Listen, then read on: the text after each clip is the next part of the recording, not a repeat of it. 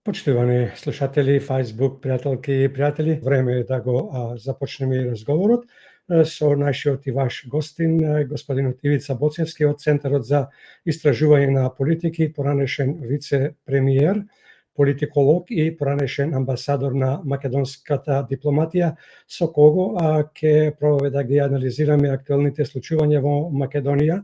Се надеваме дека нема да имаме никакви проблеми како со звучниот, така и со видеолинковското поврзање. Господинот Боцевски е заедно со нас. Верувам дека се слушаме. Ако е така, добро ви утро, господине Боцевски. Добро ни дојдовте на Македонски корени. Добре најдов, како и секојаш е чест да се гостува во оваа емисија. Добро ви утро и од мене, господине Боцевски. Ви благодариме што ја прифативте поканата и ги удостоивте нашите слушатели и гледачи на Македонски корени, а се разбира и нас како уредници и водители. Се надеваме дека ќе имаме плодна дискусија и денес и ќе го задржиме вниманието на сите оние кои се со нас во овие моменти, но и оние кои покасно ќе не гледаат и слушаат. Последниве денови јавноста е преокупирана со измените на неколку закони. Најпрво се изгласа кривичниот законник кој со помош и злоупотреба на европското знаменце беше експресно донесен, потоа владата го усвои предлог законот за амнестија, а работната група најави уште еден нов закон поврзан со овие два закони. Интересно е тоа што сите овие постапки се преклопуваат барем временски. Дали ова е намерно направено се со цел наративот да е едниот да се преклопува со наративот на другиот, односно да ја збунат македонската јавност со покривање на реакциите. Дали донесените измени во кривичниот законник и предлог законот за амнестија имаат политички претекст? Оно што сакам да ви кажам е дека јас не можам да ви дадам анализа на текстот на двата документи, затоа што не сум правник. Затоа треба да се зборува со некој кој од областа на правото, посебно некој што е експерт за кривичното законодавство, но јас можам да зборам за политичките импликации од овој документ. Имено, јасна беше намерата на власта дека со изгласување на вакви документи и со некој процес кој што навикува на процесот околу Преспанскиот договор, да се влезе во иста таква приказна каква што беше за време на усвојувањето на Преспанскиот договор и уставните измени, односно да се расцепи пратеничката група на ВМРО-ДПМН. Мислам дека овој пат нема да успеат во тие нивни залагања од повеќе причини, но дека е јасно дека се очени, дека само ова има да го понудат, е очигледно да сите кои што го проследуваат македонската политика, односно во моментов се користат сите средства и балкански и европски, кои што велеше на времето Јоханес Хан, за да се овозможат уставните промени. Власта е во со стесната свест и смета дека ова е единственото нешто кое што може да го понудат пред граѓаните на изборите. Ова е една голема лага, ова е една голема манипулација, ова е една голема срамота за Македонија. Мислам дека час поскоро, ако излезат од ова ситуација, ќе биде подобро и за нив, и за нас. Така, како гледате на различните изјави кои доаѓаат од една страна на Кренар Лога, па Бојан Мариќич и Димитар Ковачевски, од друга страна изјавата на министерот за внатрешни работи Оливер Спасовски, која е спротивна од нивните изјави и во која вели дека не се согласува со новиот предлог закон за амнестија, притоа додавајќи дека таквиот закон не е потребен и неговата примена нема да ја подобри состојбата за пренатрпаноста во затворите. Дали ова упатува на некаков сериозен проблем во врвот на владата? Дали ќе бидеме во право ако заклучиме дека во владата постојат две влади? И кој е вашиот став за најновиот закон за помилување кој го подготви Министерството за правда, а со кој закон му се одземаат ингеренциите на председателот на државата, поточно ќе нема можност да апелицира, туку само да помилува правосилно осудени лица? И како гледате на сите овие закони кои што се носат во многу краток период, кои се причините за носење на сите овие закони баш токму во ова време? прво не велам, има една влада која што е раштимен оркестар, а нема две влади. И не само, како да кажам, не само секој член на владата, туку секој член на владата во текот на денот може да даде 3 контрадикторни изјави во моментот. Тоа е проблем. Проблемот е што имаме една влада која што го изгуби својот демократски легитимитет уште од локалните избори и имаат проблем да си го пронајдат својот пат, имаат проблем да се понајдат суштината за владењето. Тоа ќе биде така се додека нема избори во Македонија. Тоа е, мислам, многу повеќе очигледно. Во однос на законот за помилување, во моментот во Македонија никој не гледа причина зашто се носи тој закон. Она што е само јасно е дека тоа е дел од оној пакет, како што реков, за цепење на гласовите на опозицијата, ништо повеќе. Во делот на ингеренциите за председателот на државата, мислам дека ова е лош потек, затоа што аболицијата постои за да се пополни една значајна правна празнина. Имено таквата можност му се дава на председателот на републиката при некои вонредни околности, при некои воени околности, да се овозможи правно да биде осигурано дека ќе има континуитет на работењето на државата. Еве, тие аболиции каде се користат? Се користат, да речеме, кога имате ситуација на размена на шпиуни меѓу две земји, нели? Фатиле тие таму шпиун македонски, ние сме фатили некој шпиун нивни, па сега со акт на аболиција се аболицира тој нивниот шпиун со цел ние да си го земеме тој нашиот. Еве, зошто постои тоа? Во какви ситуации? Тоа сигурно дека не постои за да се злоупотребува за Зоран Заев, например, како што тоа го направи Црвенковски. На времето не постои за злоупотреба во други ситуации, така што јас мислам дека не треба аболицијата да му се одземе на председателот, туку напротив дека треба да остане токму за вакви причини и дека треба тоа да се дефинира во законот, дека од национална безбедност, од некои други од причини за национална безбедност, заштита на националните интереси, дека председателот треба да има една таква ингеренција. А во однос на тоа, смешно е тоа, околу пренатрупаноста на затворите и така натаму, јасно е дека аболицијата се носи од една единствена причина. Причината е да се создаде претекст некој за уставни промени, претекст кој што во моментов не постои, кој што во моментов го нема. Тоа е целата работа. Како ќе ја прокоментирате изјавата на академик Владо Камбовски дека за овие измени кои ги направи владата не биле консултирани и затоа сега работната група која ја раководи токму Камбовски изработува нов предлог закон, и како ќе ја прокоментирате изјавата на американската амбасадорка Ангела Агелер, преку која изјава ги повикува лидерите да бидат транспарентни спрема граѓаните и да им објаснат за легалноста на законите, и покрај тоа што лидерите веќе го кажаа нивниот збор за носењето на законот за амнестија и измените на кривичниот законник. Не би го коментирал академикот Владо Камбовски, затоа што не гледам и зошто би го коментирал, да бидам искрен, че владата е таа која што е носител на одговорноста. Сега дали некоја работна група е консултирана или консултирана, помалку значено е тоа.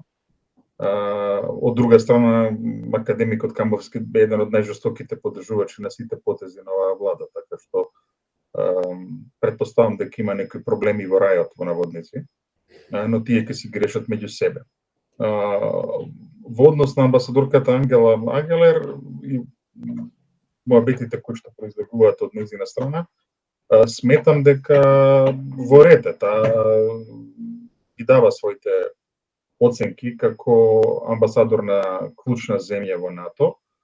Меѓутоа, сметам дека тие знаеле да бидат далеку поостри кога станува збор за нешта кои што отстапуваат од демократското функционирање на државата, за нешта кои што отстапуваат од владење на правото. Овој пат, наместо челичната тупаница на Соединетите американски држави по овие прашања, гледаме дека има една кадифено милување по главата на владата, кое што отстапува од начинот на кој што тие функционирале до сега. Така што, пак ќе кажам, власта очигледно склопила некој свој план и го реализира, и покрај тоа што нема никого од другата страна со кој што ќе се возможи реализација на овој план.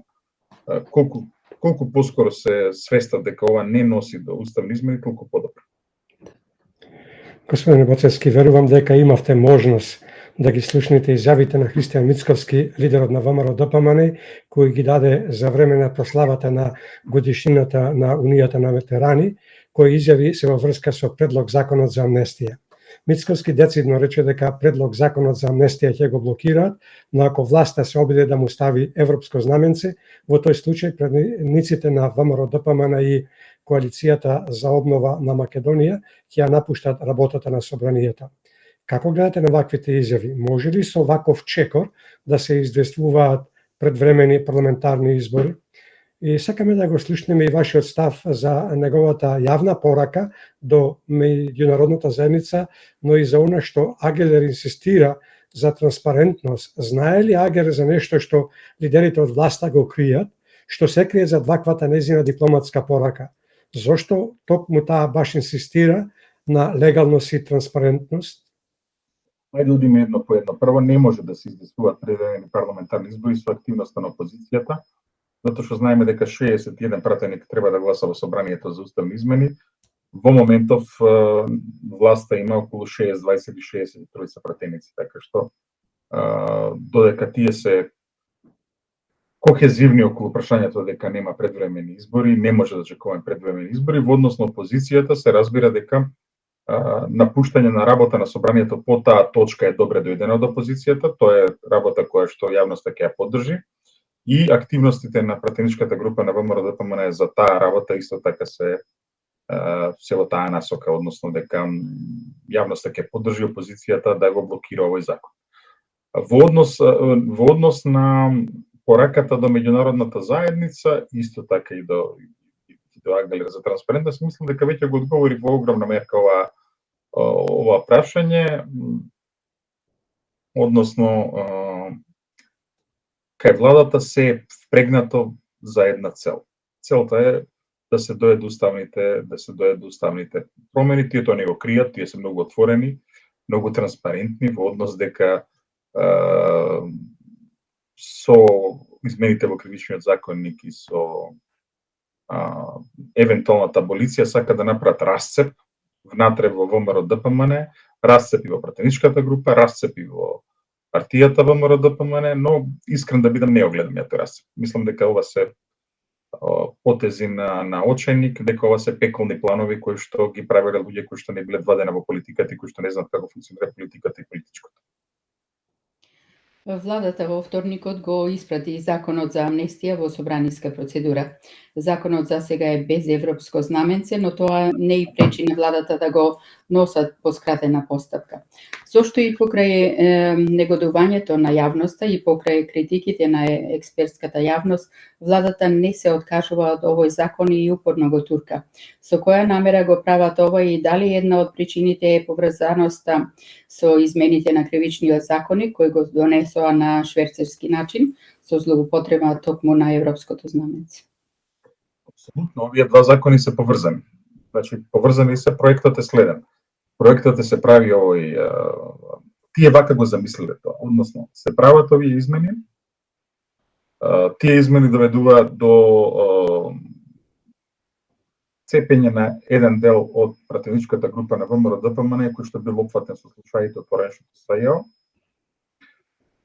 Се создава фракција која што прераснува во партија, која што прави некоја паралелно ВМРО ДПМН, тие ги поменуваат уставните измени, одат на избори каде што има еден невиден хаос и во тој хаос тие успеваат да направат пак да склопат пак некоја коалиција од 61, 62, 63 пратеници помеѓу СДСМ, ДУИ, некои албански партии и некои вакви одцепени фракции од ВМРО или така натаму. Тоа бил нивниот план.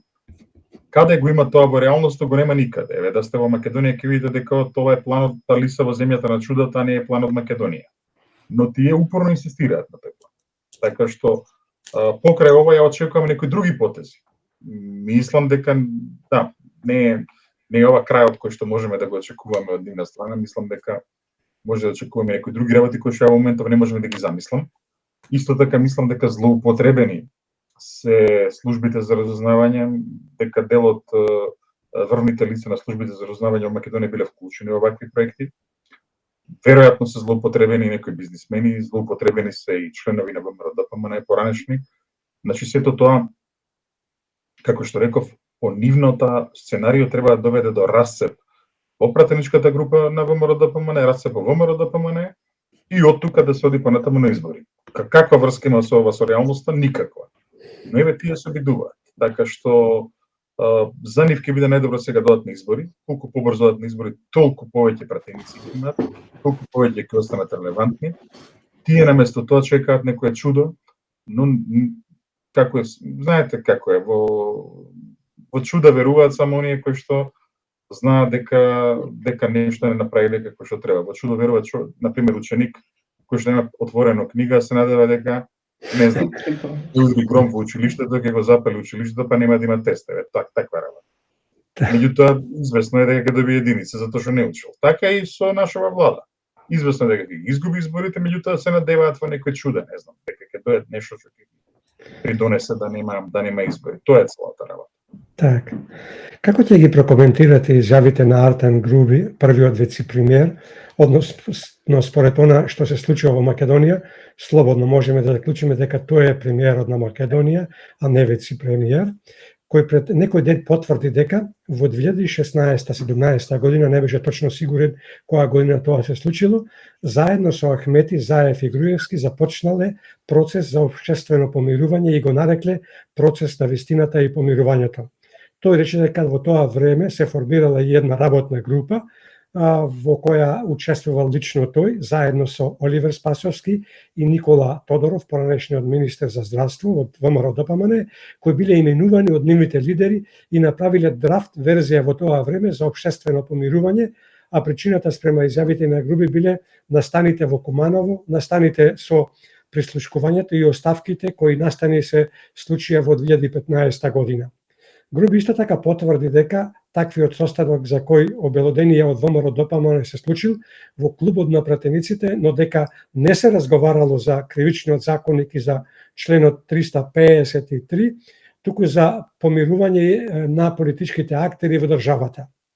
Дали треба да му веруваме дека не се разговарало за кривичниот законник и за членот 353, туку за помирување на политичките актери во државата? Дали сето ова има некаква поврзаност со сите оние закони кои власта сега се обидува да ги протурка на само неколку месеци пред претседателските и пред парламентарните избори? Очигледно дека ги измешале брзините и ги измешале лончињата во дуи. Значи, ако гледам се тука на компјутерот, сега е 7 октомври 2023 година. 2017 и 2016 беа 8, колку, да, скоро 6 години, 7 години наназад. Знаеш, тие 6 години веројатно ние не сме легнале во кревет во 2017, се разбудивме во октомври 2023 година. Во меѓувреме се случија многу работи. Допрва престои обработка од историографијата за тоа што се случуваше во тие критични години за Македонија 2016 и 2017 година. Допрва престои обработка веројатно од органите на кривичниот прогон. Меѓутоа, како викаат на англиски, water under the bridge, односно вода под мостот.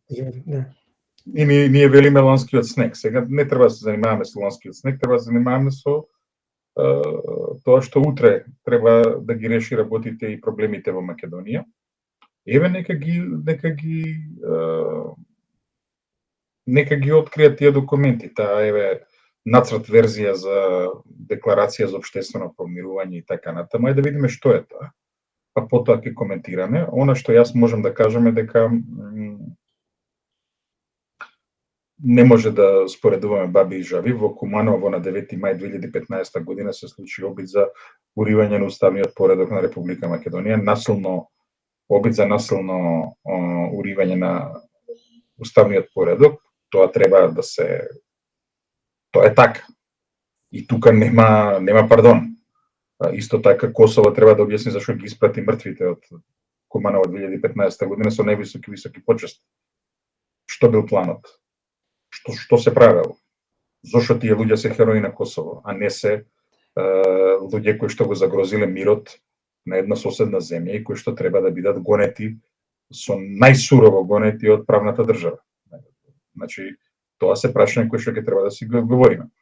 А во однос на прашањето, Оливер Спасовски сега е актуелен министер за внатрешни работи и еден од имињата што се спомнува за потенцијални кандидати за претседател на државата. Никола Тодоров е вон политиката толку време. Тие нека одговорат на оваа провокација од Ардан Гроби во однос на тоа што се случувало во тој процес на вистина и помирување. Јас би сакал исто така да слушнам што планирале, меѓутоа за актуелниот момент тоа нема никаква врска, тоа има врска за да си ги расчистиме дилемите околу тоа што се случувало во тие години за Македонија. А за актуелниот момент, како што реков, битна е паниката на власта по секоја цена да се обезбедат уставните измени и овој потек оди исклучува во таа насока. Така. Во македонскиот етер веќе мириса на избори. Како гледате на изјавите на Груби дека ДУИ е подготвена да формира Европски фронт со сите политички партии кои што поддржуваат Европска Македонија? Дали со ова веќе се најавува дека на следните парламентарни избори сите коалициони партнери ќе настапат со заеднички листи и како ова ќе се одрази врз крајниот резултат? Се доведува ли во прашање составот на владата која би ја предводела ВМРО ДПМН заедно со коалицијата за обнова на Македонија, која по сите параметри ќе биде победник на изборите? Ајде да одиме едно по едно. Значи, се повеќе ДУИ е клучен и критичен партнер во владата, клучен и критичен партнер во власта. Можеме многу повеќе да зборуваме за влада предводена од ДУИ, каде што помал партнер е СДСМ. Така што, доколку тргне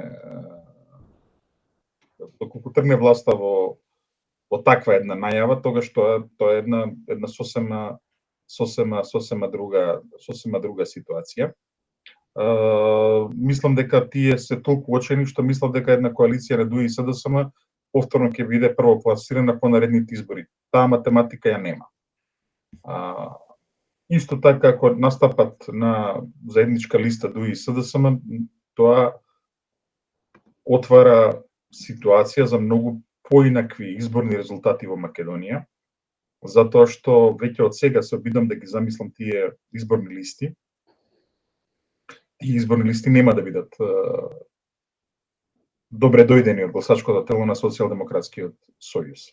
Исто така тоа отвара една огромна игра за движењето на Максим Димитриевски, кое што треба да биде промовирано деновиве и кој што се труди да го врати асномското јадро на Социјалдемократскиот сојуз на Македонија. Во однос на изборите сосем известно дека ВМРО ДПМН ќе биде првопласирана и дека ќе има сериозен резултат на следните избори. Исто така, ако можам така да го наречам, македонскиот блок, или да не дам поинакво едно подобро име, блокот на уставниот патриотизам, така да го наречам, блокот на уставниот патриотизам во Македонија ќе има над 61 пратеник. И тоа ќе олесни работата за ВМРО ДПМН при формирањето на владата. Сега, знам дека што им е планот нивниот план е следниот, нивниот план е ваков. Нивниот план е заеднички да биде кандидатот на СДСМ и на ДУИ, најверојатно ликот на Стево Пендаровски, се спомнува Булменав Беџети, се спомнува Бујар Османи, се спомнува Оливер Спасовски, Радмила Шекеринска како нивни кандидат. Нивниот план е дека ако нивниот кандидат биде единствен и дека ако другата страна опозицијата биде расцепена со посебен кандидат на ВМРО ДПМН, посебен на Левица, посебен на движењето на Максим Димитриевски, посебен на блокот на партии од албанската опозиција, дека нивниот кандидат после првиот круг ќе биде прв, тоа ќе деморализира опозицијата, се влегува во втор круг каде што тие победуваат и потоа со тој залет победуваат и на парламентарните избори. Тоа е нивниот план. Но добро знаете дека во Македонија има една поговорка која што вели есап дома и есап на пазар не е ист. Не се излегува, да. Така, да. Предпоставам дека слично и во Австралија, односно есап дома и есап на пазар не е Така, ист. баба ми секогаш викаше домашниот есап на пазар нема да ти излези. Така е. Тоа е целата приказна. Се одиме понатаму. мислам дека грешна е математиката, дека кандидатот, дека ако они така настапат, сигурно опозицијата ќе настапи со еден кандидат. И веќе сигурно барем три личности ми се прикажуваат пред очи кои што може да бидат заеднички кандидат на опозицијата. Потоа нормално тоа ќе се одрази на парламентарните избори. Има едно многу полошо сценарио. Тоа е сценариото ради да пропаднат претседателските избори заради овој цензусот од 40% во вториот круг. Тогаш претседател на државата ќе биде Талат Џафери, преводен премиер ќе биде Бујар Османи, Фатмир Бесими. За оваа тема мислев покасно малку да говорим. Добро, идеме таму. Добро, тогаш значи само да кажам дека не гледам сценарио во кое што коалицијата СДСМ-ДУИ во однос на пратеници ќе биде пред ВМРО-ДПМН како партија. А се разбира дека доколку дојде до таква работа ќе биде одговорот на опозицијата поинаку. Господине Боцевски, се поочигледно е дека предвремени избори оваа година нема да има. Следната година е изборна година во која треба да се одржат парламентарните избори, било тоа да се во одредениот период кој се поклопува со временската рамка кога на оваа влада и завршува мандатот, или неколку месеци пред тоа заедно со претседателските. Ние во последниве 3 недели овде го поставувавме, односно го актуализиравме прашањето околу можни компликации, односно сценарија. Од една страна, можноста албанските политички партии да ги контролираат сите полуги на власта, дури и можноста за прогласување на водредна состојба, користејќи ја ситуацијата со Косово. Вие пред неколку дена имавте една колумна во која на еден начин предупредувавте за некакви проблеми околу претседателските избори кои ќе остават длабоки политички импликации. Ќе сакате ли да го објасните вашето предупредување и на што го темелите? Дали ваквиот шекор, па дури да е само шпекулација, е еден од сценаријата за вршење на притисок, се со цел да се изгласаат уставните измени? Ајде вака. Не. Значи, уставните измени се само средство. Проектот е да остане актуелната коалиција на власт, тоа е тоа. И да имаат свој претседател. Тука да немаме дилеми. Ајде да видиме кои се компликациите, кои се сценаријата. Значи, во однос на користење на ситуацијата на Косово, тоа не е моја теза, тоа е теза на други луѓе кои што мислам дека е малце предалеку одат со таа теза. Значи, не гледам како се случува нешто во соседството, па ние прегласуваме во одна ситуација во Македонија. Тоа малку е пенко е малку. Не бива таа работа, нели? Меѓутоа многу лесно се префалва преку граница со се оружје. Знам на што мислите, не дај Боже да се случи такво едно сценарио и мислам дека во моментов целава меѓународна конјунктура, клучните сили кои што се околу Македонија, мислам дека развој на такво сценарио не одговара. Иако не дај Боже, мислам се, само некои чудовични умови може да посакуваат такви сценарио, но еве мислам дека на така не одиме. Може би грешам. Ја мислам дека на така не одиме. Слушнавме ке власта дека има 2-3 други сценарии. Едното сценарио е вонредна состојба пак ради коронава, вонредна состојба ради други причини, се и се што се наслушавме. Мислам дека не одат на таа работа. Мислам дека е можна една друга ситуација. Мислам дека е можна една ситуација да пропаднат изборите затоа што нема да излезат 40% во вториот круг, што остава простор нашиот устав. Тоа може да биде и реален бојкот, и тивок бојкот, но едноставно така да завршат работите затоа што ќе се деморализира тој што ќе биде втор, без разлика дали власта или опозицијата, повеќе делува дека тоа ќе биде власта. Ако се случи такво сценарио, имаме влез во една тотална неизвестност, затоа што ќе имаме преоден претседател Талат Џафери, претседател на собранието од ДУИ. Ќе имаме преоден премиер Бујар Османи, овој Фатмир Бесими или Артан Груби, исто така од ДУИ. Министер за надворешни работи од ДУИ, министер за финансии од ДУИ. Значи една партија со 11 пратеници. Ќе има власт како да има 111 пратеници. И ова е многу лош сценариј. Дури мислам дека Али Ахмети која се судира со ова сценарио не го посакува. Свесен е дека преголема моќ е тоа за една партија од рангот на ДУИ во Македонија. Преголема. И дека му ги ништи математиките. Но Ако се случи едно такво сценарио, тогаш не би сакал да сум во кожа на власта која ќе се повторат претседателските избори заедно со парламентарните во јуни, затоа што нивна ќе биде одговорноста што се случила една ваква работа. Полесно е да се предухитри вакво сценарио со тоа што ќе се поклопат изборите и вториот круг на претседателските избори ќе се поклопи со парламентарните избори. Но, пак ќе речем, очигледно во рацете на власта е одлучувањето околу овие работи. Така. Кога сме кај уставните измени, како гледате на поставениот услов од страна на албанската опозиција, која има 7 пратеници во законодавниот дом, а тоа е дека нема да подржат уставни измени ако 20% не бидат дел од уставните измени, поточно доколку не се замени процентот 20% со албански јазик. Дали ваквите изјави се дополнителен проблем за оваа ненародна влада? Добро се, како да кажам се, секој си го гледа своето. Так. Значи, претпоставам дека таму процениле дека една ваква изјава, една ваква барање, една ваков став им дава поголем залет пред парламентарните избори, посебно затоа што пак е јасно дека нема да има уставни измени. За албанската заедница во Македонија сега се јави едно гледиште дека тоа со 20% пречи и дека подобро е да се нарече јазикот, тој еден е јазикот со 20%, како албански јазик, затоа што ако гледаме тој јазик што го зборуваат 20% од граѓаните во Македонија, тука покрај албанскиот јазик може да влезе и српскиот и англискиот. Ако гледаме нели по словото на законот, но ја тоа не го гледам како еден посебен проблем за државата. Власта самата си го сготвила ова, нека си ја срка манџата која што самата ја направи.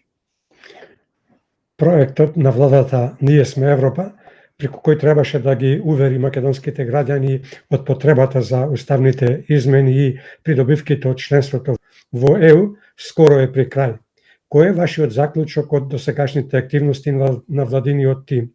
Дали е убедија македонската јавност во приказната која што сакаа да продадат или вртоглаво паднаа во бездна со последните чекори со измените во кривичниот законник и со новиот предлог закон за амнестија, но и со другите закони во најава, меѓу кои и оној на Камбовски и Логар? Ова е безврска фрлање пари и трошење пари за кампања и исто така малтретирање на населението, затоа што нема проблем македонците за членство во ЕУ. Еве видете ги анкетите на прашање дали утре ќе гласате за влез на Македонија во Европската унија, над 80% од граѓаните велат да.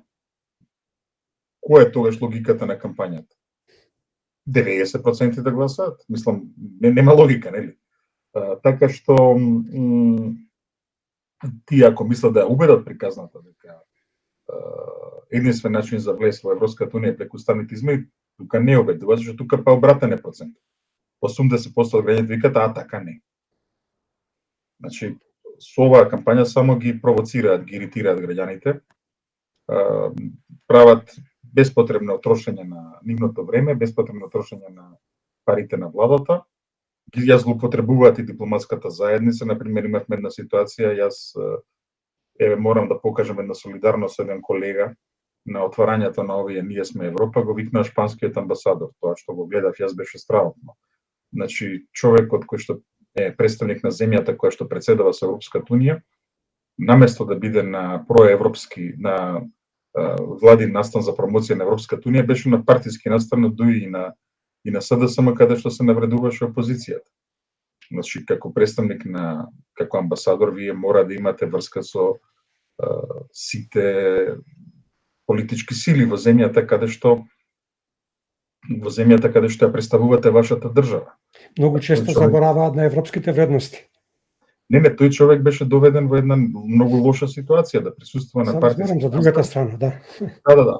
Он присуствувал на партиски настан, а го поканиле на владин настан. Мислам, го доведоа човекот во една лоша ситуација и токму затоа гледаме дека наследните настани немаат представници на меѓународно, немаат странски амбасадори, никој себе си не сека да се доведе до таква ситуација да седи на настан каде што се навредува опозицијата. Многу лошо. Така што, пак е одговор, Ние сме Европа е една ефтина приказна. Мислам, кого убедувате? Убеден е македонскиот народ уште од 80-тите, значи кога уште вдека не беше променен системот, уште Македонија беше пред да почне демократизацијата, уште беше дел од Југославија, кога вдека беше јасно дека има поддршка за тој проект. Тогаш се викаше Европска економска заедница, сега се вика Европска унија. И тоа обстана како поддршка. Што е проблемот тогаш? Проблемот е што народот сака да си влезе во ЕУ како што влегуваат другите. Тоа е тоа. Неизбраниот премиер Димитар Ковачевски ја предводеше македонската делегација на третиот самит на Европската политичка заедница, кој се одржа во Гранада, во Шпанија.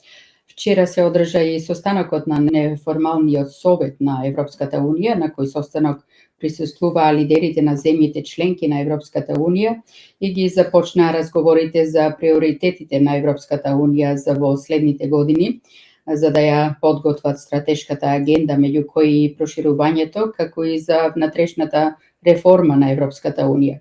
Како гледате на таквата стратешка агенда и како ќе ги прокоментирате изјавите на Ковачевски, кој ги даде на пресконференција за новинарите, на која кажа дека имал средба со премиерите на Ирска, Холандија и Шпанија, на кои средби се разговарало за скрининг процесот кој што Македонија го има со Европската унија, како и за уставните измени, и дека ја добил нивната поддршка за чекорите кои ги преземале како влада. При тоа, потенцирајќи го клучниот заклучок од мултилатералниот состанок, дека Европа успеала да покаже дека само со заедничка работа може да се оствари мир и стабилност. Она што сакам да го кажам е дека не ми се допадна изјавата, декларацијата на Европската унија која што излезе на крајот на состанокот во Гранада. На едно многу убаво место е одржана таа седница со претходно најавите беа далеку похрабри, заклучокот е скандалозен, односно заклучокот е нема никаква известност, нема никаква конечност, нема никаква известна перспектива дека членството ќе се случи во оној период во кој што владата вели дека сака да се случи и за кој што очигледно има и партнери во Европската унија. На 2030 не е спомната во заедничка декларација никаде. Значи, тоа е лошо. Од друга страна, ништо нема ни конкретно спомнато околу земјите од Западниот Балкан, и тоа е лошо. Односно, нема известност дека брзо ќе се случи проширувањето. Ништо такво нема. Меѓутоа има една друга точка околу владење на правото. Значи, очигледно владење на правото е клучно и критично кога станува збор за европската перспектива на Македонија. Владењето на правото во Македонија беше и онака на стаклени нозе, а сега се доживеа еден катастрофален земјотрес со измените на кривичниот законник и со најавениот закон за амнестија. Така што ако Европа ја втемелиме на вредности, ова што го направи владата е катастрофално. Во однос на средбите на премиерот нема што да коментирам, односно смешно е, како да кажам. Ја не го гледам Ковачевски во светло на човек кој што дава кредибилност и дома и надвор околу било што го работи. Мислам дека и странските партнери чекаат промена на власта, па потоа да седне да се зборува сериозно. Како ќе ја прокоментирате изјавата на министерот за надворешни работи Бујар Османи, кој рече дека доколку се докаже дека Србија учествувала во нападот на Северно Косово, потребно е преиспитување на македонското учество во Отворен Балкан. Дали со оваа изјава тој беспотребно ја турка Македонија во жариштето помеѓу Србија и Косово? Па јас чекам конечно Бујар Османи да стане министер за надворешни работи на Македонија. До сега беше министер за надворешни работи на Украина, го гледавме, тоа беше во Њујорк, во Обединетите нации. Беше генерален секретар на Обединетите нации, затоа што зборува за климатски промени,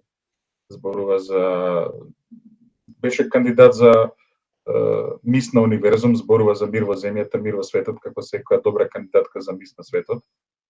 Гледаме дека сега е и министер за надворешни работи на Косово. да почекаме, еве, повторно вака да се разбуде еден ден и да заклучи дека тој е избран за министер за надворешни работи на Македонија. Тоа би рекол за него, а во однос на ова изјава е срамотна затоа што тој е министер за надворешни работи на Македонија. И како министер за надворешни работи на Македонија мора внимателно да зборува околу сите овие теми. Истовремено тој беше, како што ја забележува, демантиран од премиерот, кој што кажа дека нема никаква промена тука на македонската политика кон иницијативата Отворен Балкан и на крајот на краиштата една сериозна земја сериозно пристапува кон сите овие иницијативи. Ја разбирам загриженоста околу ситуацијата во Северно Косово.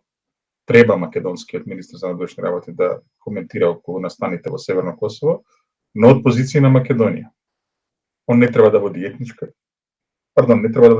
политика, не треба да води друг тип на политика, треба јасно да води политика поврзана од интересите на Македонија и од интересите на граѓаните на Македонија.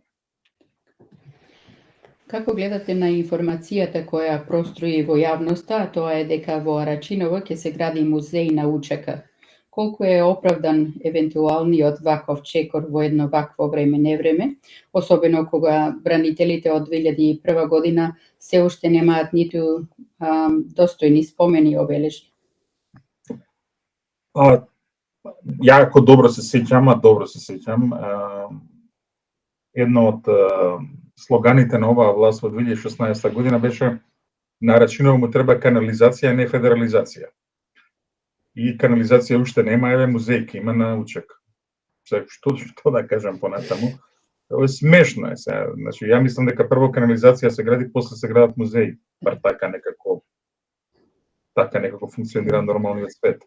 Нели? Друга општина во Македонија која што има најниска наплата на данок на имот, може да направи, да речеме, оделение за наплата за данок на имот и да ја крене на платата. Тоа би било, да речеме, исто така еден потек кој што е далеку попотребен на Арачиново. Ако гледаме исто така иселување, тоа е една од општините со најголема стапка на иселување Арачиново. И сега се враќаме на таа тема.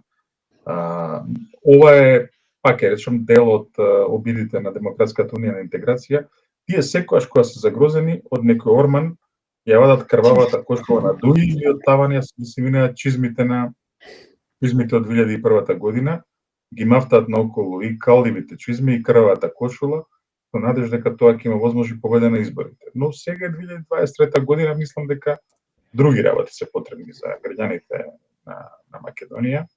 И ова го гледаме, еве, ова е само еден така обид на дуи, повторно, ајде, ќе зборуваме за 2001 година, за да не зборуваме за 2023 година. Ќе зборуваме за музеј на УЧК, да не зборуваме дека посета на супермаркет во моментов е како е посета на златарница, условно кажано, која ќе се видат цените во Македонија. Тоа е целата работа. А во однос на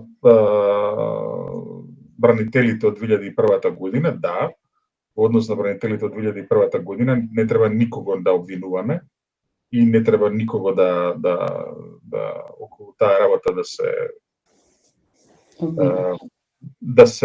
да влегуваме во некакви посебни дебати. Таа работа требаше Македонија да ја направи одамна, зашто не ја направи. Тоа е наш проблем и тоа зборува за нашиот однос кон луѓето кои што бранеа нашата слобода, нашиот уставен поредок и меѓу другото нашата европска интеграција. Евеш, до ден денес немаат достојно спомен обележи.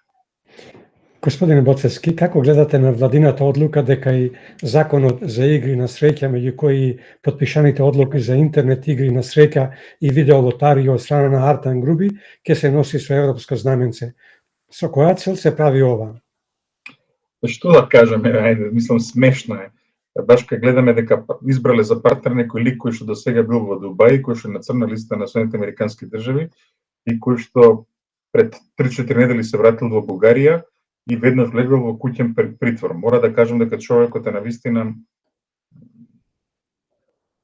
навистина е еден голем, многу способен, затоа што не знам кога успеа да дојде во Бугарија, кога успеа да почне да се брани од процесите што се во Бугарија, кога стапи во контакт со Артан Груби за да прави видео лотари во Македонија. Многу способен човек, со еден впечатлив прекар, како што разбравме, черепот. во Македонија, претпоставам во Австралија, луѓе со такви прекари не побудуваат асоциации со легитимен бизнис, туку со некои други работи. Сето тоа се прави за да се ќари уште некоја провизија, да се земе уште некој динар пред да се влезе пред да се напушти власта, тоа е тоа. Одговорот е многу едноставен. Пред 2 дена директорката на онкологија Виолета Клисаровска имаше пресконференција за новинарите.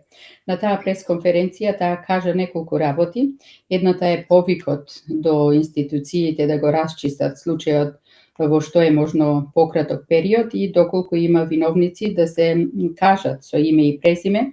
Втората работа е нејзината поплака дека докторите и сестрите на дневна основа биле изложени на вербални напади и останати искушенија нели од страна на пациентите.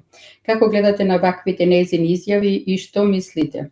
Зошто директорката кога говореше за недостатокот на лекови избегна да го изговори името Македонија или барем новата кованица со Македонија, туку го користише терминот нашата држава? Најмал проблем е што користела. Добро. Далеко поголем проблем е ова што го зборуваме. Значи, нејзина работа не е да го решава проблемот со името. Нејзина работа е да овозможи пациентите на таа клиника да ги имаат соодветните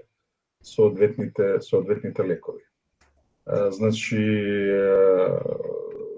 она што можам да го кажам е дека предпоставувам, јас сум дете на лекар и мајка ми сега е во пензија. Не се сеќам дека ги обвинуваше пациентите за нивниот однос кон незе, туку напротив сметаше дека клучна нејзина работа е да пружи услуга како медицинско лице, односно да им помогне во неволја. Исто така, добар доктор има има силна емотивна и социјална интелигенција. Знае дека човек не иде на докторот освен ако нема некоја мак. Да, треба да се заштитат лекарите и сестрите од вербални напади, но ова што го покажа скандалот во онкологија ја потресе македонската јавност.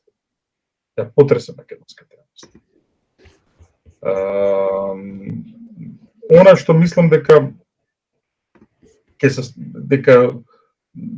новата директорка очигледно не се снаоѓа во улогата која што е наменета. Да видиме, значи да не судиме врз основа на една пресконференција. Ајде нека помине малку време да видиме дали дали тие самите внатре ќе ги расчистат работите, потоа ќе зборуваме за тоа како ќе оценуваме нејзината работа. Така. Анкетната комисија за утврдување на политичка одговорност, со која комисија раководи пратеничката Рашела Мизрахи од редовите на ВМРО ДПМН и Коалицијата за обнова на Македонија, ја одржа првата седница. Какви резултати очекувате од оваа комисија? Ке се скрши ли досегашната пракса од минатото дека ниедна комисија не донела позитивни резултати или пак ќе се потврди тезата дека ако сакаш некоја работа да не се заврши, во тој случај формирај анкетна комисија? Значи, ајде едно по едно.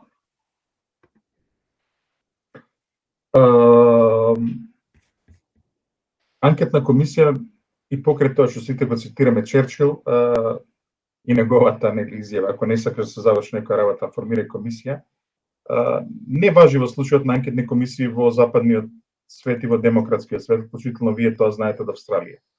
Анкетната комисија мора да има конечница, мора да има разрешница, мора да има извештај и тој извештај, на крај од тој извештај произлегуваат законски промени, произлегуваат кривични постапки, произлегува морална одговорност и политичка одговорност.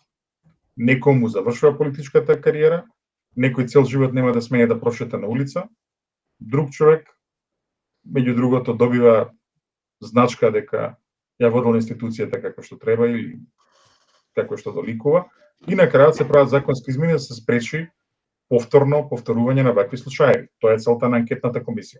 Зошто тоа никогаш не успеало во Македонија? Затоа што во Македонија уште се мачиме околу некои работи врзани со демократското функционирање, уште имаме лидери во Македонија кои што не знаат дека во демократијата, меѓу другото, на крајот анкетната комисија мора да даде одговорност. Не знам како ќе заврши навистина работата на оваа анкетна комисија. Токму причини што има уште малку време за работа, тоа е ако еве власта април треба да заврши со работа собранието, штом заврши собранието, завршува и анкетната комисија, веројатно тоа е стратегијата на владата, се го влекува пред да затвори собранието, но по мене мораме да дадеме поддршки на Шела Мизрахи и на членовите на комисијата да ги расчистат работите околу онкологија. Лидерот на ВМРО ДПМНЕ, доктор Христијан Мицковски, побара лидерска средба со цел да разговараат за изборните рокови, а Ковачевски ваквото барање го услови со претходно усвојување на уставните промени. Како гледате на овие две спротивставени барања? Какво е вашето очекување? Ќе има ли лидерска средба на која ќе се договараат деталите за изборите? Па, досега тоа било пракса. Ајде да видиме дали ќе продолжи таа пракса. Значи, после секој избори, нели, ОПСЕ и нивната канцеларија за избори ОДХР имаат некои забелешки, кои што најчесто се преточуваат во измена на регулативата, со цел да се направи изборите да бидат по-добро организирани. Претпоставам дека овој пат треба да се седне и да се разговара за тие работи. До сега барем се разговара. Така. Вчера владата излезе со уште две изненадувања, но и двете се со негативна природа. Едното изненадување е ценовниот шок за секојдневните прехранбени продукти преку покачувањето на ДДВ од 5 до 10 на 10%, а второто изненадување е тоа што наместо за капитални инвестиции државата ги трошила парите да враќа рати за кредити. Наиме 130 милиони евра инвестиции биле неоправдано прикажани како капитални инвестиции, а всушност биле пари за поддршка на АД електрани, но и за плаќање на кредитни рати. Како ќе го прокоментирате ова, господине Боцевски? Јасно е дека е потребно час поскоро да има избори, тоа е тоа. Значи немам мора да има час поскоро избори, затоа што се гледа дека власта веќе има проблем со буџетската наплата, има проблем со приоритетите, мора да има избори со цел да се со нова една енергија да се тргне во решавање на работите. Во моментов гледаме дека купи ден помине политиката на владата во сите сфери, вклучително и во економската. Истовремено има една страшна корупција на сите страни, каде што нештата се какви нештата само се влошуваат. Така. Спомнавме претходно градоначалникот на Куманово, Максим Димитриевски, во понеделник ќе го промовира новото политичко движење Знам за наша Македонија. Какви се вашите очекувања од ова ново движење? Имате ли некакви сознанија кој се ќе биде во оваа движење? Дали има некои звучни имиња, бидејќи до денес се држи во голема тајна? Па, еве, веднаш ќе кажам дека мораме да го поздравиме фактот дека тој ги настапува конечно со ова движење, го најавува долго време. Дури веќе во македонската јавност почнаа да се јавуваат прашалници дали воопшто ќе влезе во таа насока, меѓутоа очигледно тој влегува во тој проект. Мора нему да му се честита дека тој кога одлучи да се откине од СДСМ, тие беа на врвот. Сеќаме тогаш, нели, Зоран Заев свежо после изборите 2020 година го обнови својот мандат, леташе се уште на крилјата на меѓународната поддршка по Преспанскиот договор. Дури влезе во оние планови околу Бугарија, кои што во она интервју на БГНС ни покажа каде оди и што оди. Значи, Зоран Заев беше во зенитот на својата моќ, кога направи еден храбар исчекор Максим Димитриевски со тоа што го реши да отиде како независен кандидат со независна листа за Куманово. Сега гледаме дека го прави тоа на национално ниво, на ниво на Република Македонија. Сметам дека тој јасно кажа дека останува на оние принципи, ја што ги викам, да СДСМ да се врати на своето асломско јадро, односно да ги представи оние бирачи кои што се препознаваат со една таков тип на политика. Тој беше дел од протестите во 2022 година во јули и во август околу против бугарскиот предлог за измена на уставот на Македонија. И како таков сметам дека секако дека тој ќе ги поддржи чекорите со цел да се излезе од оваа ситуација која што ја доведе Македонија на ова дереже, така што да следиме. Не знам ние многу детали, еве да почекаме, тоа е задутре. Така. Тука ни коментира господин Димитриевски, па потоа ќе коментираме со вас во некое друго издание на вашата емисија. Така, господин Боцевски, сакам да ве задржим уште една минута можеби. Сакам да се навратиме повторно на оно што се случуваше во Шпанија. Вие кажавте за декларацијата. Меѓутоа, како ќе ја прокоментирате изјавата на шефицата на Европската комисија Урсула фон дер Лајен, која меѓу другото порача дека секоја држава поединечно ќе треба да го заслужи местото во европското семејство преку процесот на реформи, подобрување на владењето на правото и борбата со корупцијата, а не по автоматизам? Веќе го коментирав ова, ја мислам дека безпредметно е да се зборува за оваа тема, додека Европската унија не стане сериозна за проширување. Така. Се тоа што се кажува е дека перспектива известна утре, задутре 2030 нема. Во однос на незините изјави, дај Боже, значи дај Боже да видиме Европската унија во една таква роља.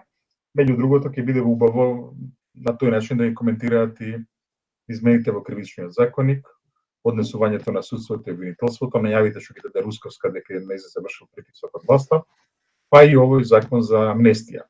Ако Европска унија одлучи во Македонија да остане приврзана кон овие принципи, тоа сакам да го видам и како конкретна акција. Како ќе ја прокоментирате изјавата на Жозеф Борел, кој рече дека добро е да има политички хоризонт и цел, но не мора тоа да е точно тој датум. На што упатува ваквата дипломатска изјава? Дека датумот не е 2030 година, тоа е тоа. За жал. И сега мислам дека несериозна е Европската унија, затоа што секој натамошно одложување на овој процес само ги ја намалува, еве како го викавме тоа, меката моќ на Европската унија во овој дел од светот и ја оневозможува европската перспектива на регионот, која што и натаму сепак е потребна за земјите од Западниот Балкан. Господине Боцевски, чест и задоволство причини и ова ваше учество. Ви благодариме што бевте дел од емисијава. Ви посакуваме убав викенд, пријатно до слушање и скоро до видување. Да, се надам дека ќе видам повторно наскоро, пријатно. Пријатно, со гаранција. Остануваме во контакт. Имајте си убав ден. Поздрав.